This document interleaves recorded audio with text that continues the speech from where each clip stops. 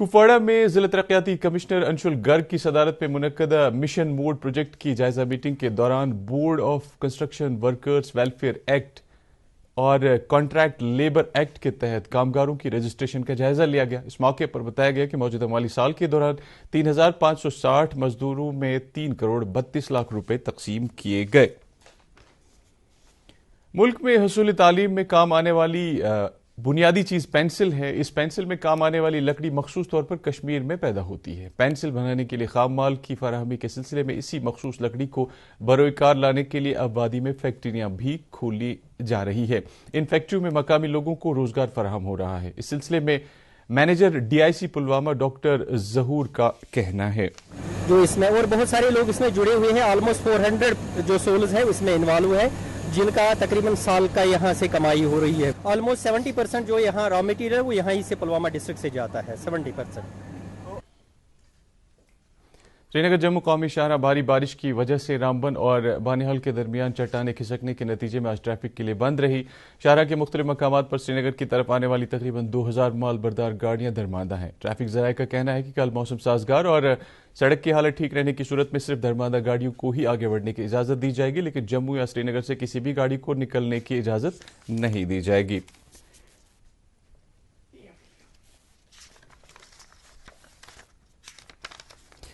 وزیر اعظم نریندر مودی نے Indian police service IPS کی تربیت پانے والے افسروں سے کہا کہ وہ غیر متوقع طور پر رونما ہونے والے واقعات کے لیے ہمیشہ مستعد اور تیار رہیں. وہ آج حیدرآباد میں سردار ولبھ بھائی پٹیل نیشنل پولیس اکیڈمی میں دیکشانت پریڈ کے دوران ویڈیو کانفرنسنگ کے ذریعے ان 28 خواتین سمیت 131 IPS تربیت یافتگان سے بات کر رہے تھے جنہوں نے 2 سال کی ٹریننگ مکمل کی ہے. PM نے کووڈ-19 وبا کے دوران پولیس کی طرف سے کیے گئے اچھے کام کی ستائش کی. اور اب موسم. محکمہ موسمیات کی پیشگوئی کے مطابق وادی میں اگلے 24 گھنٹوں کے دوران مطلع جزوی طور ابرآلود رہنے کا امکان ہے. سری نگر میں آج دن کا زیادہ سے زیادہ درجہ حرارت 20.8 ڈگری سیلسیس جبکہ کل رات کا کم سے کم درجہ حرارت 17.4 ڈگری سیلسیس ریکارڈ کیا گیا. ادھر جموں میں آج دن کا زیادہ سے زیادہ درجہ حرارت 28.1 ڈگری سیلسیس اور رات کا کم سے کم درجہ حرارت 24.5 ڈگری سیلسیس ریکارڈ کیا گیا.